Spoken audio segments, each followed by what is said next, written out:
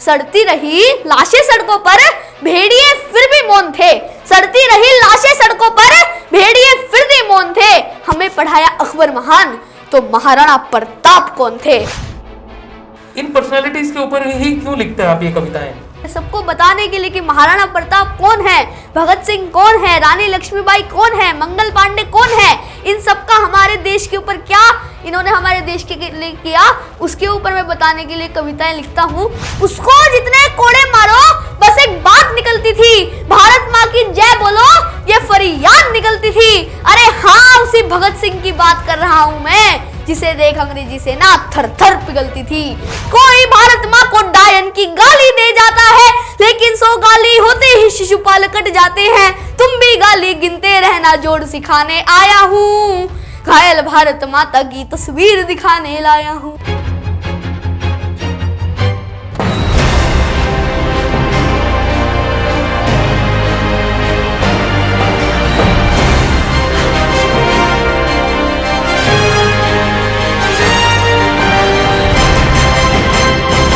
नमस्कार, आप देख रहे हैं द न्यूज और नेटवर्क और मैं हूं आपके साथ हेमंत। हाथों से उम्मीदों का शीशा छूट जाता है तो पल भर में ही ख्वाबों से पीछा छूट जाता है। अगर हम लोग आपस में लड़ना भूल जाएं तो सियासी सुरमाओं का पसीना छूट जाता है।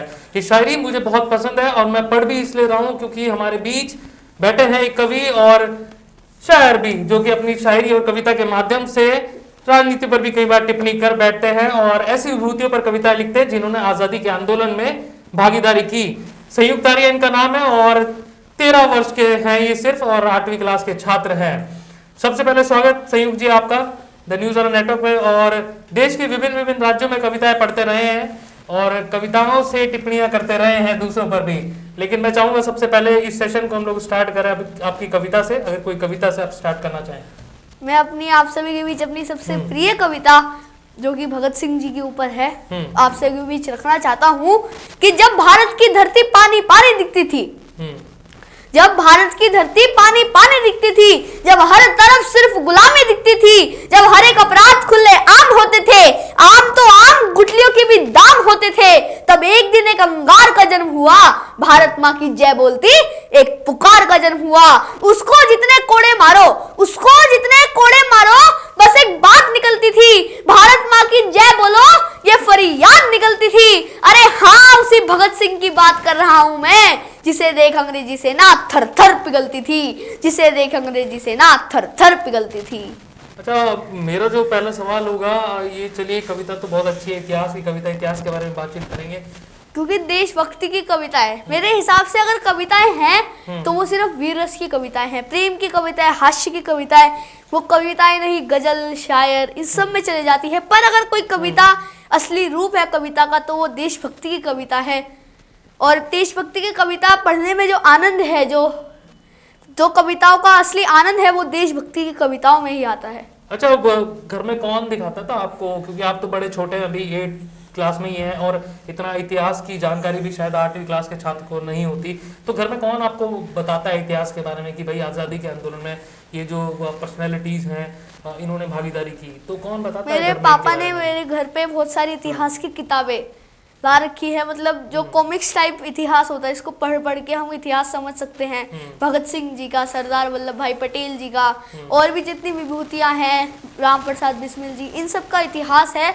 तो वो मैंने कई बार पढ़ा, जो नहीं समझ आया वो मैंने पूछा, और उसके बाद कई चीज़ मुझे समझ भी आई इतिहास में और कई चीज़ मैं समझ नहीं पाया, पर मैं जल्द ही पूरा इतिहास अपने समझने की कोशिश। अच्छा, हमें ये बताइए, चलिए घर में पापा हैं वो ला के देते हैं, अच्छा बहुत सारे कवि हैं अभी इस समय पे, तो कौन से कवि हैं जिनसे आपको प्रेरणा मिलती है कि भाई मुझे उन जैसा बनना है और ऐसी ही कविता गानी है हमेशा?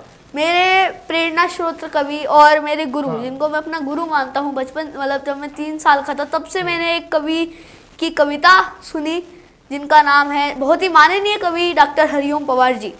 उनकी कविताओं में वो तरज है, वो भाव है जो हर देशभक्त, हर देशभक्त के अंदर होना चाहिए, हर कवि के अंदर होना चाहिए। तो मैं बचपन से, जब मैं 3 साल का था तब से उनकी कविताएं सुनते आ रहा हूँ, और मुझे अभी भी याद है जब मैं 3 साल का था मैंने तभी उनकी एक कविता बोली थी आर्य समाज में। तो उस दिन से मैंने सोचा कि कविता का कुछ अगर आपको याद हो, अगर कुछ दोहराना चाहें हमारे दर्शकों के लिए। कुछ भी, कोई भी कविता अगर दोहराना चाहे हरिओम पवार जी की, वो प्लीज। उनकी कविता का एक अंश है जो मुझे बहुत अच्छा लगता है कि कोई कलमकारों के सर पर तलवारें लटकाता है, कोई कलमकारों के सर पर तलवारें लटकाता है, कोई वंदे मातरम के गाने पर नाक चढ़ाता है, कोई ताजमहल का सौदा करने लगता है, कोई गंगा यमुना अपने घर में भरने लगता है, कोई तिरंगे झंडे को फाड़े फूके आजादी है, कोई गांधी जी को गाली देने का अपराधी है, कोई चाकू घोंप रहा है संविधान के सीने में, कोई चुगली भेज रहा है मक्का और मदीने में, कोई ढांचे का गिरना यूएनओ में ले जाता है, कोई भारत माँ को डायन की गाली दे जाता है, लेकिन 100 गाली होते ही शिशुपाल कट जाते हैं, तुम भी गाली गिनते रहना जोड़ सिखाने आया हूँ, घायल भारत माता की तस्वीर दिखाने लाया हूँ, घायल भारत माता की तस्वीर दिखाने लाया हूँ। अच्छा, जो आप चीजें इसमें पढ़ रहे हैं, क्या आपको वो चीजें समझ आती है? किस किस पर टिप्पणी आप कर रहे हैं? जी मुझे काफी हद तक समझ क्या आता क्या है चीजें अच्छा समझ में आती है, मैं वो बताएं। कि कोई कलमकारों के सर पर तलवारें लटकाता है। हाँ, कलमकार, इसका मतलब पत्रकार, कलमकार जो लेखक हैं, लेखक है, जो विरुद्ध लिखते हैं उनके ऊपर कई बार टिप्पणियां होती है, कई बार वो होता है, तो इसमें उन सब का जिक्र किया गया है कि भाई सरकारों के अगेंस्ट जो लिखते हैं तो उनके ऊपर तलवारें लटक जाती हैं। अच्छा, टीचर से कैसा आपको मिलता है कि आपको अप्रिशिएट करते हैं, आगे बढ़ने के लिए बोलते हैं कि भाई आप करते रहिए, कंटिन्यू? जब मैं स्कूल में जब भी जाता हूँ, हर टीचर लगभग मेरी कविताएं हर अपने पीरियड में सुनना चाहती है, मतलब जितने भी अरेंजमेंट पीरियड होते हैं उनमें हर टीचर मेरी कविताएं जरूर सुनती है। अच्छा, हर टीचर कविताएं सुनती है। अच्छा, ठीक।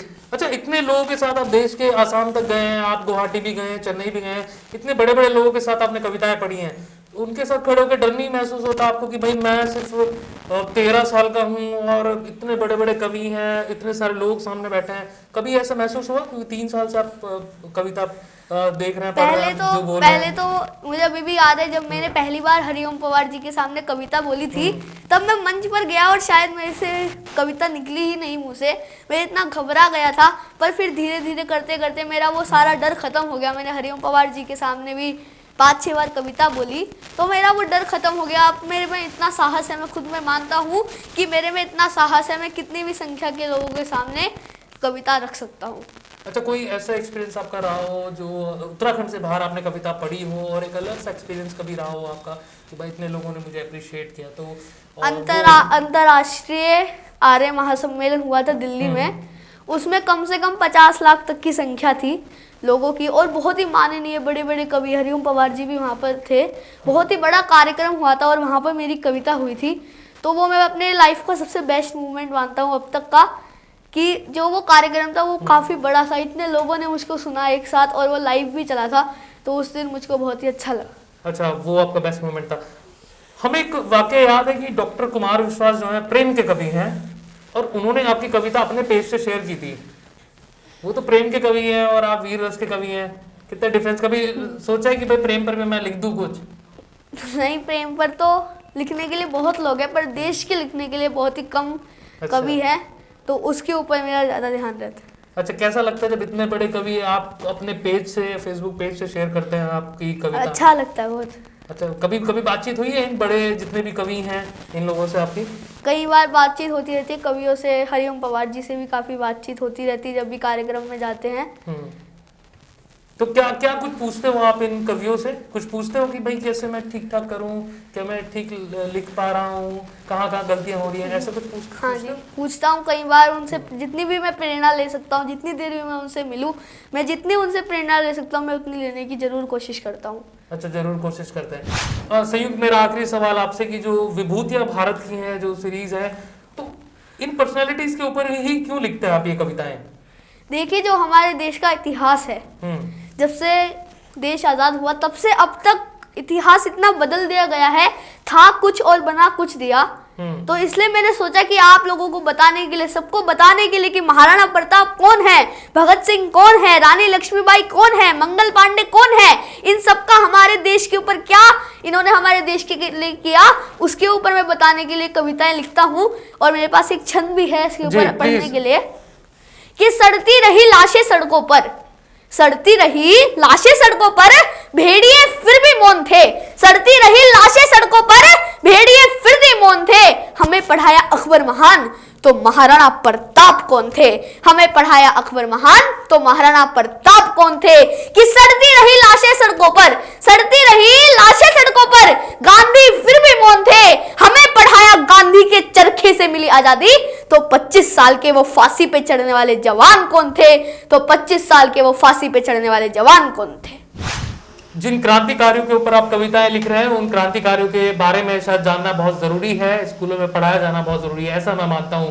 बहुत बहुत शुक्रिया संयुक्त आपका हमें समय देने के लिए, और बहुत बहुत धन्यवाद आपका। आपका जो आने वाले वीडियोस हैं वो कैसे दर्शक देख सकते हैं? अपने फेसबुक पेज के बारे में प्लीज आप बताएं हमारे दर्शकों को कैसे। मेरा फेसबुक पेज है संयुक्त आर्य के नाम से, मैं उसमें अक्सर कविताएं डालता रहता हूँ, तो उसको जरूर फॉलो करें और आप मेरी सब कविताएं जरूर देखें। तो प्लीज जाकर इनके पेज को फॉलो कीजिए, लाइक कीजिए और इनके वीडियोस को शेयर कीजिए, और जितनी भी कविताएं इनकी आ रही है वो आप इनके फेसबुक पेज पर देख सकते हैं। और साथ ही साथ द न्यूज वाला नेटवर्क के पेज को प्लीज फॉलो कीजिए, लाइक कीजिए और शेयर कीजिए इस वीडियो को, और यूट्यूब चैनल को भी प्लीज जाकर सब्सक्राइब कीजिए और बने रहिए द न्यूज वाला नेटवर्क के साथ। बहुत बहुत शुक्रिया आप सभी लोगों का।